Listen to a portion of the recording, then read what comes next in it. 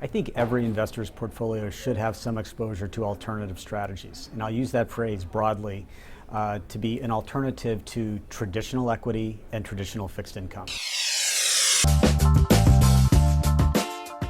The more different kinds of assets you get into your portfolio, the more diversification benefits you have and the better ability to smooth out any unexpected ups and downs in the market. So I think alternative strategies are something that should be in your portfolio, and they can work very well inside a closed-end fund structure provided that they deliver income. Well, let's talk a little about real asset investing strategies. Can you provide an overview of this sector and why it may appeal to closed-end fund investors? So the real asset sectors are generally viewed to be real estate, infrastructure, and natural resources. And characteristics common of all of these assets are that they are real assets that tend to provide some sort of cash flow.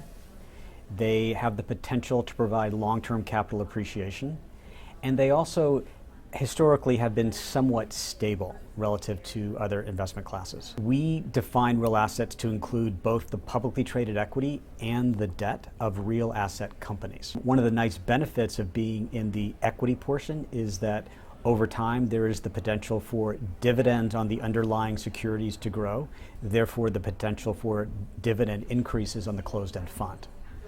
Also with the equities, you have the potential for long-term capital appreciation, which is not necessarily present in fixed income. What risks specific to real asset strategies do investors need to keep in mind, and how do they fit into a long-term portfolio? So the risk with real assets, very similar to any other investment class. Keep in mind they can go up, but they can also go down. We think that historically, these asset classes have provided an attractive return profile. One thing that many people are concerned about with their portfolios today are the impacts of rising interest rates and the impacts of inflation. Real assets do tend to have some short-term correlation to interest rates because there are borrowing costs for mortgage loans or debt on infrastructure assets, et cetera. But we have found is that over time, what you typically see is rising interest rates and rising inflation tend to come together. And the real asset spaces do have inherent inflation protection. So for example, in real estate, if property values go up due to inflation, you can raise your rents along with inflation. Parting thoughts now on alternatives in the closed-end fund space. What type of investor may want to consider this type of strategy in their portfolio?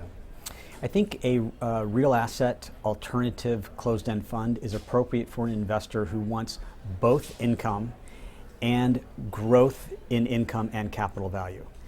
That is the potential that you have by having a dividend-paying equity, and the potential that you have from the coupon-paying bonds. For more information and data on closed-end funds, visit our sponsor, CEFconnect.com, the authority on closed-end funds. This is Closed-End Fund News.